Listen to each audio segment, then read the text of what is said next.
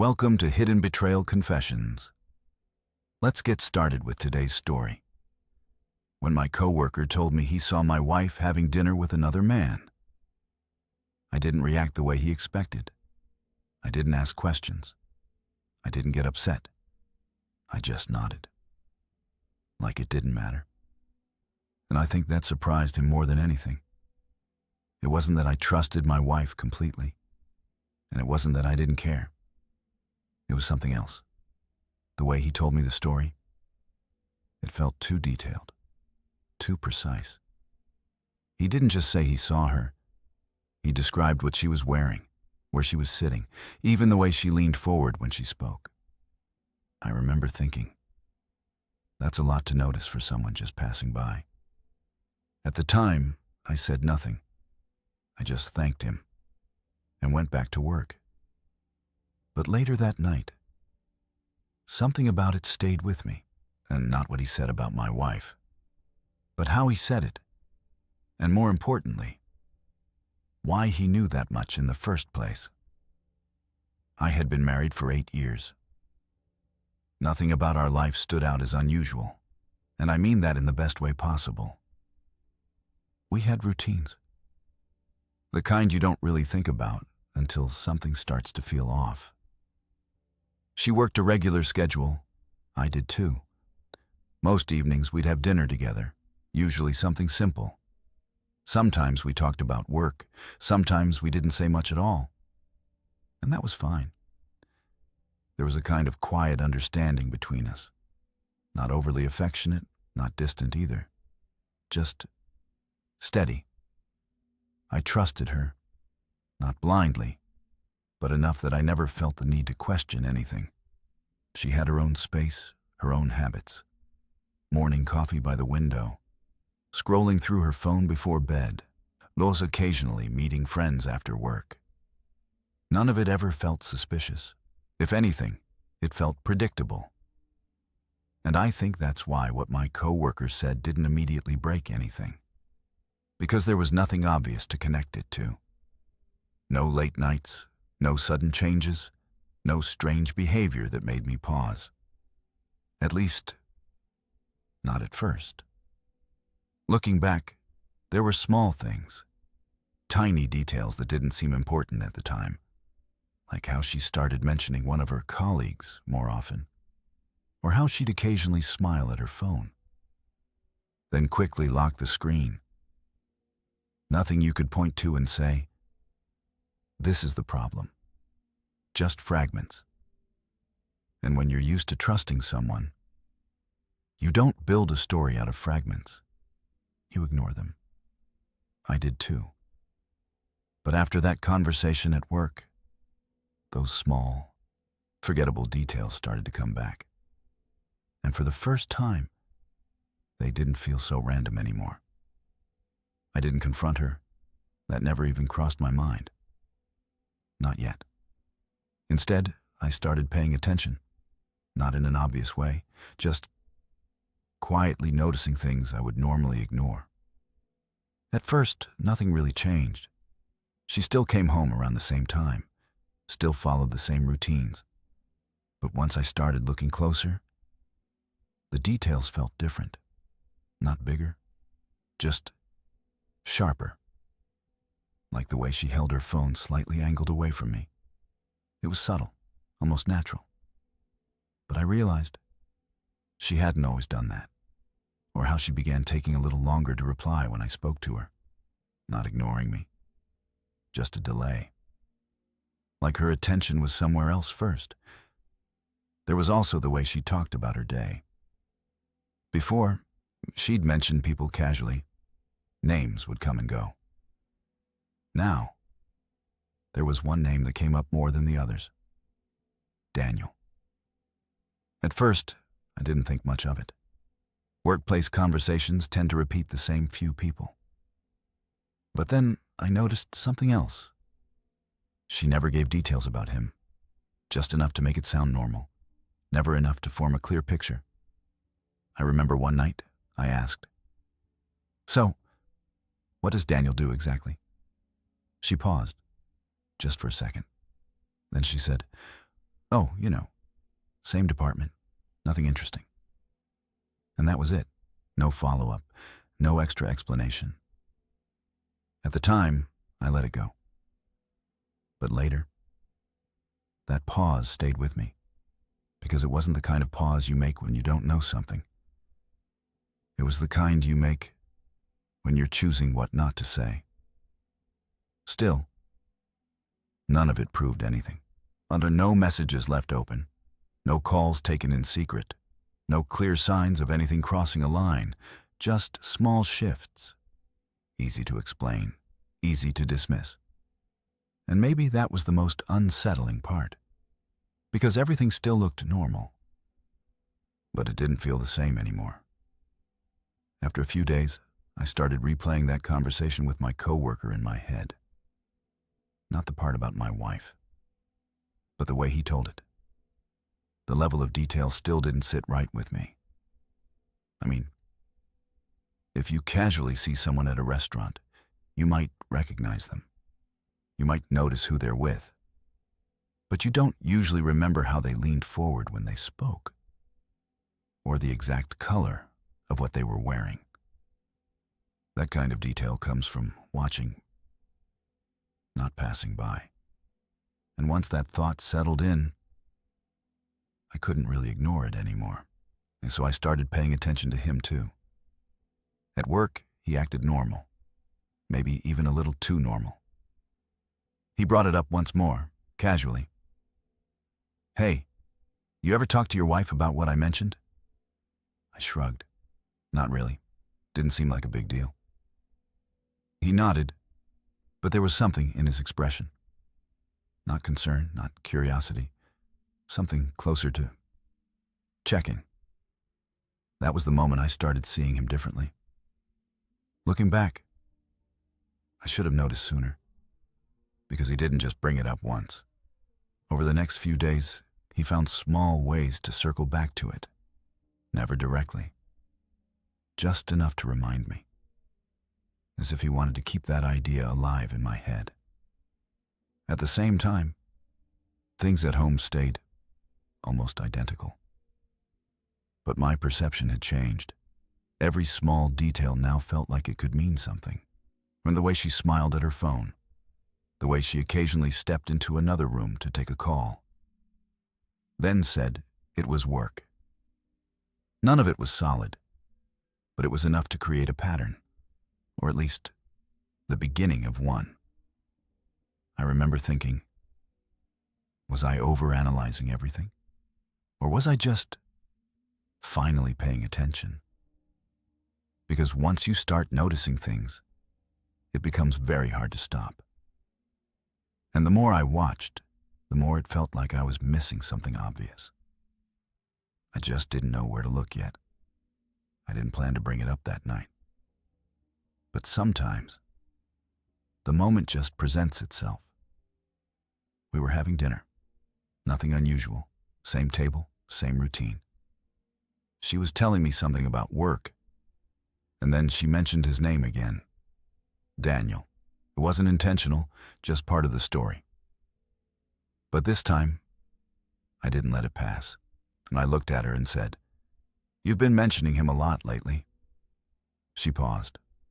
Not long, just enough for me to notice. Then she gave a small smile. "Have I?" "Yeah," I said. "Sounds like you two work pretty closely." She shrugged. "I mean, not really. He's just around. Same project sometimes." Her tone was calm, natural. If I hadn't been paying attention, I probably would have accepted it without thinking. But something felt rehearsed. Not the words themselves. Just the way they came out, too smooth, too ready. I nodded slowly, then added, "One of my coworkers said he saw you having dinner with someone recently." That's when she stopped eating, just for a second. Then she looked up at me. "Who said that?" The question came faster than anything else she'd said. Not, "What do you mean?" Not, "That's not true." Just, "Who?" I answered honestly, gave her his name. She leaned back slightly, exhaled. That, she said. Yeah, I grabbed dinner after work. It was just a colleague. Daniel? I asked. She hesitated again, then nodded. It wasn't a big deal, she added quickly. We were just talking about work stuff. I didn't respond right away. I just watched her. There was nothing obviously wrong with what she said. No contradiction, no clear lie, but something about it felt incomplete. Like I was only getting the version of the story that was safe to tell. So I asked one more question. Why didn't you mention it? She looked at me, and for the first time, her expression shifted. Not guilt, not exactly. More like mild annoyance. I didn't think it mattered, she said. It was just dinner. That was it. No defensiveness, no over-explaining, just a simple answer. And in that moment, I realized something. I wasn't going to get anything more from this conversation. Not because she had nothing to hide, but because she had already decided what I was allowed to know. After that conversation, I stopped asking questions. Not because I was satisfied with her answers, but because I understood something important. If I kept pushing, she would just get better at answering. So instead, I shifted my focus. I started observing patterns, not just at home, but at work too. Because the more I thought about it, the less this felt like it was only about her. It started with small things. My coworker began bringing her up more often. Not directly, just indirectly enough to keep the idea alive. Hey, your wife's still working late these days? Funny how people change routines out of nowhere. Comments like that. Casual on the surface, but too consistent to be random. At the same time, I began noticing his schedule. When he left early, when he stayed late, when he seemed distracted. And then I compared it. To the nights my wife came home later than usual. To the evenings she said she had extra work. There were overlaps, not obvious ones, not perfect, but enough to make me pause. Still, I didn't jump to conclusions, because patterns can be misleading if you're looking for them. So I decided to test something. Nothing dramatic. Just a small change. One morning, before leaving for work, I casually mentioned that I might have to travel for a couple of days the following week. It wasn't true, just something I said, to see if it went anywhere. She nodded, didn't react much. But later that day, I noticed something interesting. My coworker approached me. Traveling soon? He asked. I looked at him. I hadn't told anyone at work, not a single person. And in that moment, something shifted. Because now, I wasn't just dealing with a suspicion. I was looking at a connection, one that neither of them had mentioned. But somehow, both of them were part of. I didn't react when he asked about the trip. I just looked at him for a second, then nodded. Yeah, maybe. Still figuring it out. He nodded back, like it was nothing. But I could tell. He was paying attention. That was enough for me, because now I knew something for certain. Information was moving between them, not directly in front of me, not in any way I could immediately prove. But it was happening. And more importantly, it wasn't coming from me. That narrowed things down. A lot. Over the next couple of days, I didn't change anything on the surface. Same routine, same conversations. But internally, I was watching everything more carefully. And then I noticed something else. The timing. Whenever she had a late work evening, he tended to leave early. Not always, but often enough. At first glance, it didn't mean much. But when I looked closer, it formed a pattern, one that didn't align with coincidence. It aligned with coordination. That was the moment things became clearer. Not fully clear, but enough. Because whatever was going on, it wasn't random. And it definitely wasn't just something he happened to see. He wasn't just aware of it, and he was connected to it. At that point, I stopped trying to guess. I needed something more concrete. So I set up one more test, a simple one. I told my wife that my trip had been confirmed. 2 days. Out of town. She nodded like before. Didn't ask many questions. Just accepted it. Later that day, I waited. And sure enough, it didn't take long. My coworker stopped by my desk again. "So, it's official now?" he asked. "You're leaving tomorrow?" I looked at him for a moment, then nodded. That was all I needed, because now the timing was too tight to ignore. The information wasn't just circulating, it was moving fast, deliberately. That night, I didn't pack anything. I just left the house like I normally would the next morning. Drove around for a while, then came back, parked a few streets away, and waited. Or I wasn't trying to catch anyone doing something obvious. I just wanted to see what would happen when I wasn't supposed to be there. About 40 minutes later, a car pulled up. Not unfamiliar. I'd seen it before. Just never paid attention to it. Until now. He stepped out, calm, casual, like he had done this before. And that was the moment everything lined up. Not just the timing, not just the conversations, but the intent behind it. He hadn't been warning me. He had been managing what I knew, controlling the narrative, one detail at a time, the restaurant story, the repeated mentions, the questions about my reaction. None of it was accidental. It was positioning. He wanted me to look in one direction, while everything was happening somewhere else. And standing there, on watching from a distance, I realized something I hadn't considered before. He wasn't just involved. He had been guiding this entire situation, long before I even knew there was something to notice. I stayed in the car for a while after that. Not because I didn't understand what I was seeing, but because I did, and I needed a moment to let that settle. There wasn't any shock, no sudden rush of emotion, just a quiet kind of clarity, the kind that doesn't hit all at once, but builds in layers.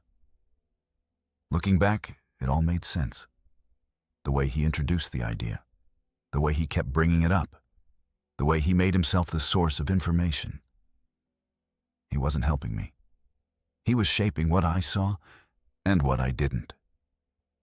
And somehow, I had let that happen. Not because I wasn't paying attention, but because I was paying attention in the wrong direction. That was the part that stayed with me, not what they did. But how easily perception can be influenced when you trust the wrong person. I didn't confront them. Not that night. There was nothing to gain from reacting in the moment, because by then, the situation wasn't emotional anymore. It was clear. And once something becomes clear, you don't need to rush. You just need to decide what to do with it. So I sat there a little longer, watched the lights in the house, and for the first time, I wasn't trying to figure anything out. I already knew enough. The next morning, I went to work like nothing had happened. Same routine, same pace. If anyone was watching me, they wouldn't have noticed a difference. And that was intentional. Because at that point, reacting wouldn't have helped me. Understanding had. When I saw him at the office, he greeted me the same way he always did. Relaxed, familiar, like we were still just coworkers. Nothing more. "Hey," he said, "you heading out later today?" I looked at him for a second, then shook my head slightly. Plans changed. That was it. Just 3 words. but I watched his reaction carefully. It was small, almost nothing. But there was a pause, a fraction of a second where his expression didn't quite match his tone. "Ah, got it," he said. "That happens." And then he walked away. Like it didn't matter. But it did, because now he knew. Something had shifted. At home, things stayed quiet. We still had dinner together. Still talked about normal things. She didn't bring anything up. Neither did I. And strangely, that silence said more than any conversation could, because it confirmed something I had already started to understand. This wasn't just about one decision or one moment. It had been building, carefully, gradually, and I had only seen the surface of it. I didn't argue. I didn't accuse. I just started separating myself, piece by piece, emotionally first, then practically. Not in a dramatic way, just small adjustments, less conversation, less involvement, less assumption. Because once trust changes, everything else follows, and forcing things back to what they were was never really an option. It's been a while since all of that happened, long enough for things to settle, and for me to look at it without any urgency. And if there's one thing I keep coming back to, it's this. It didn't fall apart all at once. It shifted slowly, so slowly that I didn't see it happening in real time. I trusted what felt familiar, what looked stable. And I think that's where most people get it wrong. We assume that if nothing looks broken, then nothing is. But sometimes, the change isn't visible. It's structural, quiet, gradual. And by the time you notice it, it's already been there for a while. I don't think she ever planned anything in a dramatic sense. And I don't think he saw himself as the kind of person who would cross that line either. But intent doesn't always come first. Sometimes, it's proximity, repetition, opportunity. And then, eventually, a shift in boundaries. That's how it happens. Not suddenly, but consistently. If I learned anything from all of it, it's this. The truth isn't always hidden. Sometimes, it's right there in front of you, just filtered through the wrong person. And once you start seeing things clearly, you realize something else. It's not just about who you trust. It's about who shapes what you believe. Because that can change everything.